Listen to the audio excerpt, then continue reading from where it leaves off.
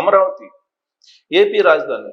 ఇప్పుడు వరల్డ్ మొత్తం కూడా దాని గురించి చర్చించుకుంటున్నారు. దానికి కారణం చంద్రబాబు నాయుడు గారు, ఆయనకు ఉన్నటువంటి బ్రాండ్ నేమ్, ఆయన ఆహ్వానిస్తున్నటువంటి గెస్ట్ల యొక్క స్థాయి, ఇవన్నీ వెరసి అమరావతికి ఒక పెద్ద బ్రాండ్ వరల్డ్ వైడ్ క్రియేట్ అయింది. తాజాగా బిల్ గేట్స్ వచ్చారు. బిల్ గేట్స్ ఒక దిశానిర్దేశం చేశారు. అమరావతి రాజధాని నిర్మాణం గురించి చంద్రబాబు నాయుడు గారిని అడిగి తెలుసుకున్నారు. సంజీవని అనేటువంటి ప్రాజెక్ట్ ఆయన టేకప్ చేశారు. ఆంధ్రప్రదేశ్ని విజన్ దిశగా ఏ విధంగా తీసుకెళ్తున్నారో చంద్రబాబు నాయుడు గారు ఎక్స్ప్లెయిన్ చేశారు.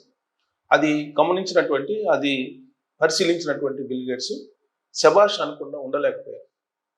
చంద్రబాబు నాయుడు గారు ఒక విజనరీ, సింగపూర్ ప్రధానమంత్రి తర్వాత చంద్రబాబు నాయుడు గారే ప్రపంచంలో కనిపిస్తూ ఉన్నారనేది బిల్ గేట్స్ అన్నారు. ప్రపంచ కుబేరుడు, టెక్నాలజీలో అగ్రగణ్యుడు, ఆయనే చంద్రబాబు నాయుడు గారిని విజనరీ అని చెప్పి ప్రశంసించారు.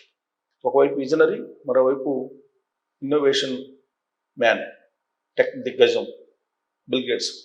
ఒక పండగ వాతావరణం ఆంధ్రప్రదేశ్లో. అలాగే అమరావతి గురించి ఆయన అడిగి తెలుసుకున్నారు. మరి అమరావతి రాజధాని గురించి, గ్రీన్ సిటీ ఏ విధంగా నిర్మాణం జరగబోతుంది అక్కడ అనేటువంటి విషయాన్ని ఆయన అడిగి తెలుసుకున్నారు. ఇక దలై లామా కాలచక్ర అక్కడే నిర్వహిస్తుంటారు అమరావతిలోనే. అందుకే దలై లామా మొత్తం కాలచక్రాన్ని గతంలో నిర్వహించినప్పుడు కూడా అమరావతి ప్రాశస్తాన్ని తెలియజేస్తూ వాళ్ళు ఒక డాక్యుమెంటరీ కూడా రిలీజ్ చేశారు.